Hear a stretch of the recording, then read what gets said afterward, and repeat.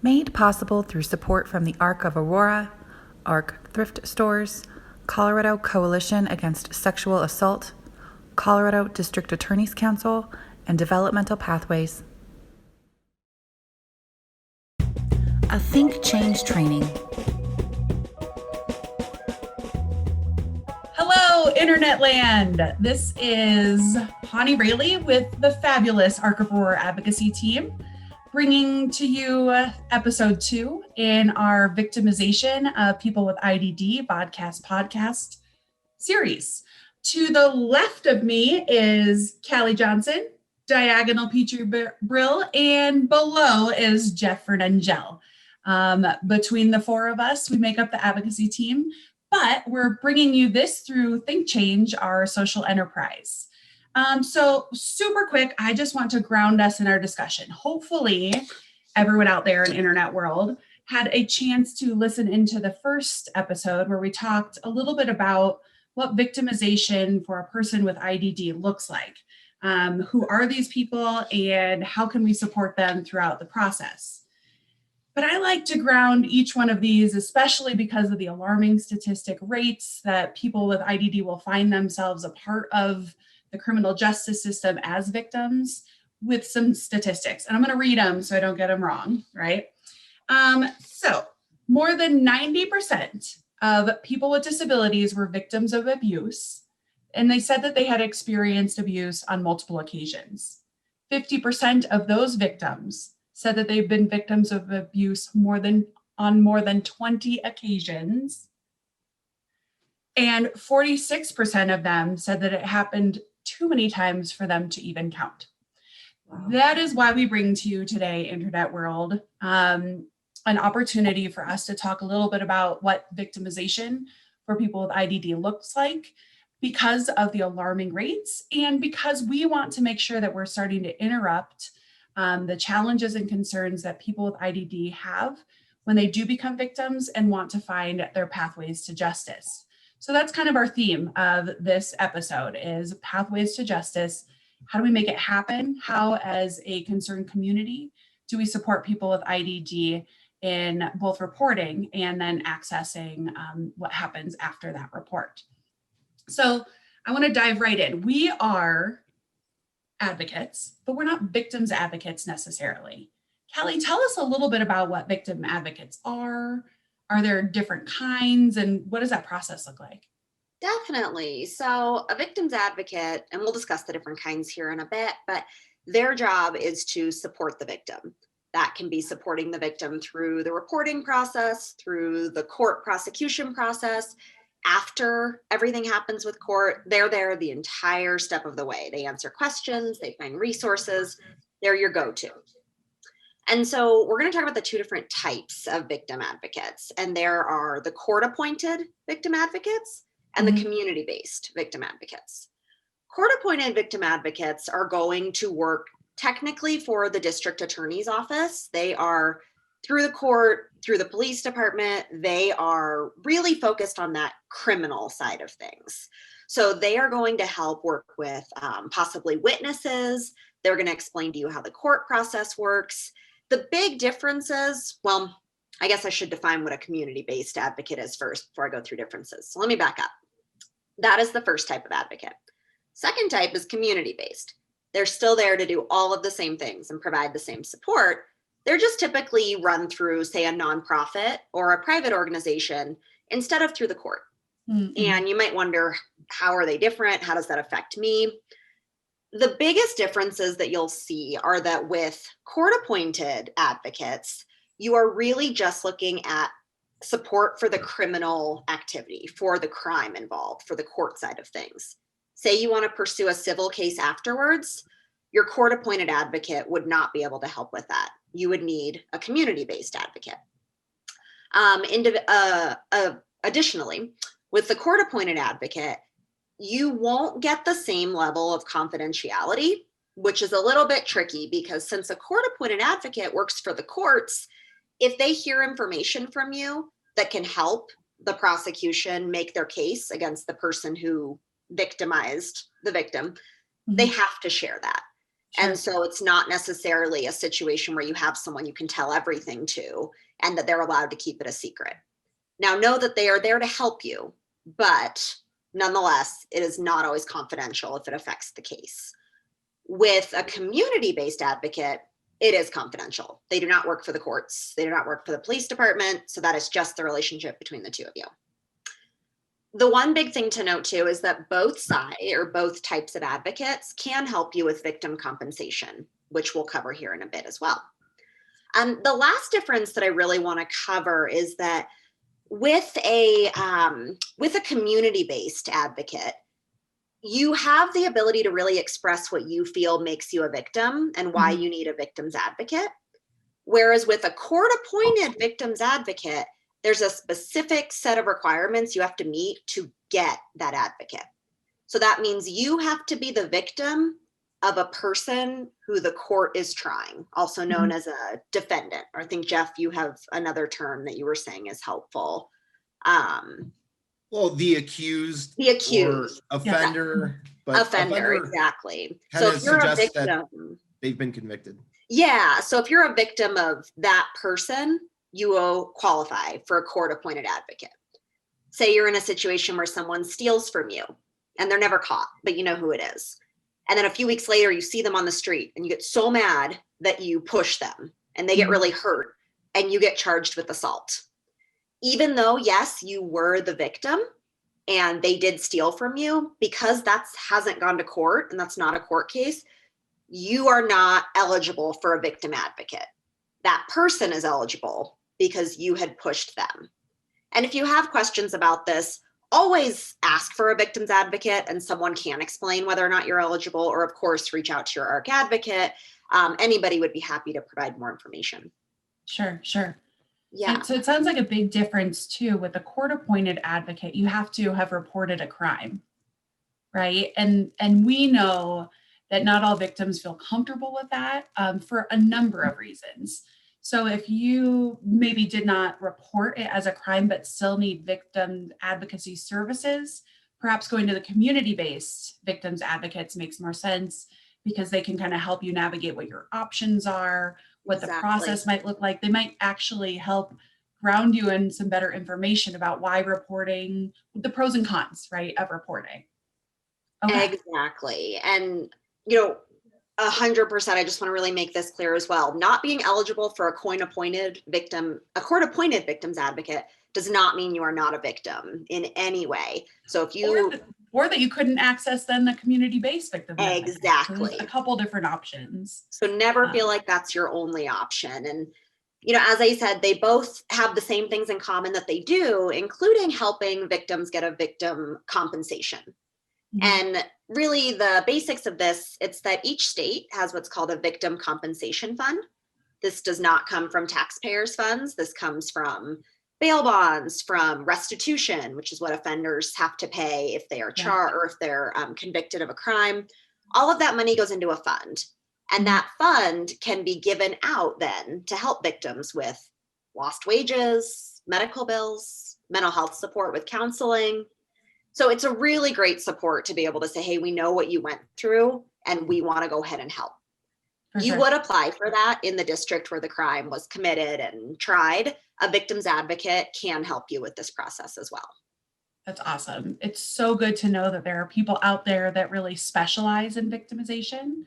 So it sounds like it would be a useful tool for our advocacy supports to connect victims that we know of, right, with also some additional supports. Having some really focused topical interest always helps push people towards justice. And certainly that's what we're after. So let's say that a person's made a report, like it's in the system, a person is able to access either a court-appointed victims advocate or a community-based victims advocate. Jeff, can you tell us a little bit about kind of what that looks like? What does the court process look like for victims with IDD? Are there any special accommodations that might help as well? Yeah, well, let's talk about accommodations. A victim advocate is someone that can help you access these accommodations. A lot of them you probably don't know are available to you. So really having conversation and getting to know your victim advocate and what you could benefit from is best practice. Sure. As far as what kind of accommodations you can get, there's obviously the ADA access, which is anything that can help you physically access whatever you need as a victim of the crime. This could be really just making sure you get access to anything that any other victim has access to. So it's leveling the playing field for all. Totally. And, you know, some of these accommodations can be just, you know, sensory issues with lighting when you're being interviewed.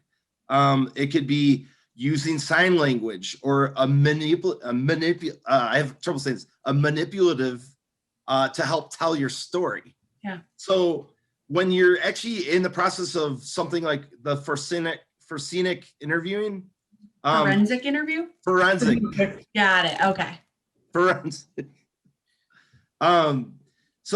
In forensic interviewing, you know, you have as many accommodations as you need to be successful in, you know, telling your story. So people with IDD, once again, it could be just setting up the room to be comfortable, having a relationship, a trusting relationship with the person that's doing the interview. People with IDD need to be asked concrete questions to get concrete answers. So sensitivity and communication strategies are very essential to be accommodated for in the forensic interviewing process. There needs to be sensitivity to the questions being asked of folks with disabilities. Like, for instance, around time, you know, how long something happened, how many times something happened, or the motivation behind one's actions. These are all abstract concepts. And therefore, you know, a professional forensic interviewer needs to be, you know, trained properly to actually give an interview that's going to really make and support the client with individual disabilities. Totally. Yeah. Some of my favorite pieces of forensic interviewing for folks with IDD is a drastically slowed down interview system, right? It's bringing people in when they're at their best and most interested in telling their story. Folks that are really kind of trained in communication styles that are not typical. So anytime you have someone like using a facilitated communication device or assistive technology, you would expect that forensic interviewer to also have the skill set to be able to manage that. So while forensic interviewing for folks with IDD isn't always a quick process, we know that doing it right the first time gives people that are victimized or that are part of that process an opportunity to really tell their story and to share it with them. I like the accommodations bit in the court setting or court system because it, again, allows effective communication to happen. The court systems are, you know, not real friendly for anyone, let alone someone that's been victimized, as well as having an intellectual or developmental disability. And perhaps the perpetrator was their caregiver or a family member or something like that. So the like layers of ways in which the process could be scary, concerning, and maybe you just wanted to be avoided altogether, that cake tier is high. And so having those accommodations and victims advocates in place to help support sure as heck make sure that people get a little bit closer to prosecution. Jeff, when you were talking about the forensic interviewing, I'm just curious, can those interviews be, so we talked about like that it can be slowed down, it can be at that person's communication level. Can those interviews be videotaped and are those admissible in courts? Well, yeah, that's actually a great question. There is a legal hearsay exception for people with intellectual disabilities. And what this really does, it allows for uncontested use of forensic interviewing for the case. It also gives the interview more credibility, as we know it was conducted by a person trained for these type of interviews. So Yeah. I feel like it's a win-win for folks with disabilities. People with IDD are excellent witnesses, and the interview just needs to be tailored to the people and their needs and their accommodations. This really, all it really needs is it requires advanced planning, which can be coordinated by a victim advocate. They have a role in this process to help support the client to make sure, you know, the interview is done and meets the needs of the client. The one thing though is a little disclosure. This hearsay exception, it's not a substitute for the victim's testimony. Absolutely. But it really is beneficial, and I'm really glad that I got to learn about this, because For sure. this is something I don't know if people are very aware of. But once again, I just go back to it's a win-win. Totally. Well, and I think that that's, you know, something important for anyone in the audience listening to this, and folks that are involved in the disability world, that forensic interviewing is not always the first thing that a law enforcement officer considers when asking for, you know, the experience of a victim or what that process is. And it can be a request. And so because we know that not everyone goes to, that's the next necessary step for prosecution, we as a community need to help the community better understand that it's absolutely viable and super important, right? Because we believe in competency of people to be able to tell their story, but they might need those accommodations to be able to tell it in the way that's most appropriate for them. So we've covered what to do, how to get there if you're in a criminal setting. Petrie, tell us a little bit about kind of what the end pathway looks like, right? What's the destination in all of this? You know, most people really feel like prosecution is kind of the end all be all, you know, when you're the victim of a crime. And oftentimes, unfortunately, the case may not go to trial. It may not be prosecuted for various reasons. So what does that then look like if your case doesn't go to prosecution? And there are a variety of ways that people can experience justice and closure, even if a case doesn't go to trial. There are, let's just say, you know, for one, if you still are feeling frightened or victimized, there are protection orders out there that can bring some peace of mind, that might feel more safe and heard. I mean, there is validation in protective orders for sure, saying, yes, we acknowledge that this is happening. Unfortunately, this just isn't a prosecutable case for whatever reason. Sure. There are also a lot of victim support groups out there, and they can be super specific to the crime. They can just kind of be generic victim support systems if you just really want to find some commonality with a community that's experienced something similar to you. There is a lot of support in that. And there's empowerment in that, because that really kind of gets you over the line to recognize that not only did you not cause this crime, number one, which is really important to know, but two, that you're not the only person that this has happened to. And find that strength and support in a group of people who have, you know, kind of walked in your shoes.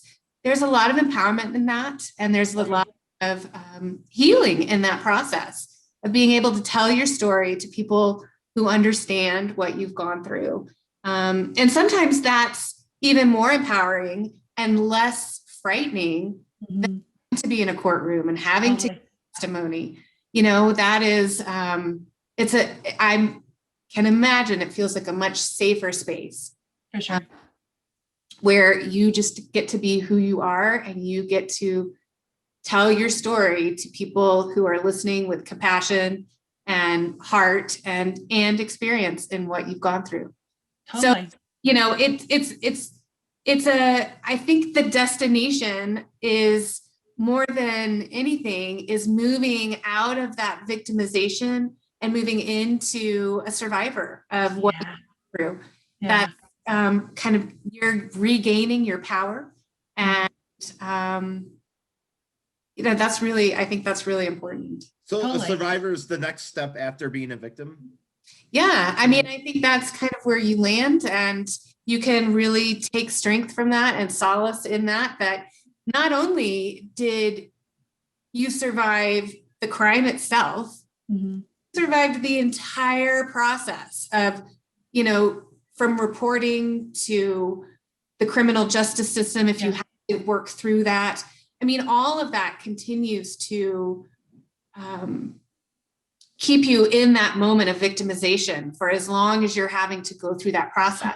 Totally. Be able to finally leave that part behind and say, I'm still here, I'm standing tall, I advocated for myself and did what I need to do is, I think, incredibly powerful. Absolutely. Well, and becoming a survivor also gives you opportunities to start like planning how you want to be and how you want to engage in the future, right? Yeah. So I think another real strong benefit of walking through the system, even if it's not for prosecution and you're the offendant or whoever, right, did not end up being charged with a crime. We know that the majority of perpetrators are actually people that are caring for you or are family members. And so being able to walk through that process perhaps gives you the opportunity to not have to continue to be reoffended in your home environment and to find caregivers and support staff that are there and willing to provide the care that you deserve, and that is just appropriate generally, right? And so there's so many different ways you can look at what justice looks like, and you, the victim, being safe, feeling secure, and knowing that you have a group of people around you that are ready to hear if you ever feel victimized again in the future is a huge benefit, right? And that's when you start really stepping into that survivor perspective. And that's where we want to see victims head, right? And so for everyone out there, please do some internal research and some work on better understanding and identifying when people have been victimized, how we can support them as a community, so that the eventuality of becoming a survivor of these experiences is something that far more people have to access and don't have to continue to be in settings where they're offended multiple times regularly, sometimes by the same people. So thank you, Internet World, for joining us in whatever platform you've joined us in. Our next episode will be around victims advocates again, and we're going to dive in with Colorado Coalition Against Sex Assault, a Colorado group that provides both systems as well as victims advocate services and connections. We just want to talk a little bit more about what that looks like for folks with IDD, because we know it's a useful resource. And we as advocates, disability advocates, lean in often and regularly to that organization. So thanks for joining us. If you're still curious, take a peek at THINK+change's website. We've been doing this work for many, many years, and we've got lots of resources available to you, including trainings as well as tools that you might find useful in the community. But again, if you ever have questions or need clarification or just need support making that connection, you are always welcome to reach out to the ARC of Aurora. Any one of us here would be happy to help get you connected so that you can find your pathway to justice, whatever that looks like. Thanks for joining us. THINK+change. Talks, trainings, and tools to help in your work for or with people with intellectual and other developmental disabilities. Learn more at www.thinkchange.training.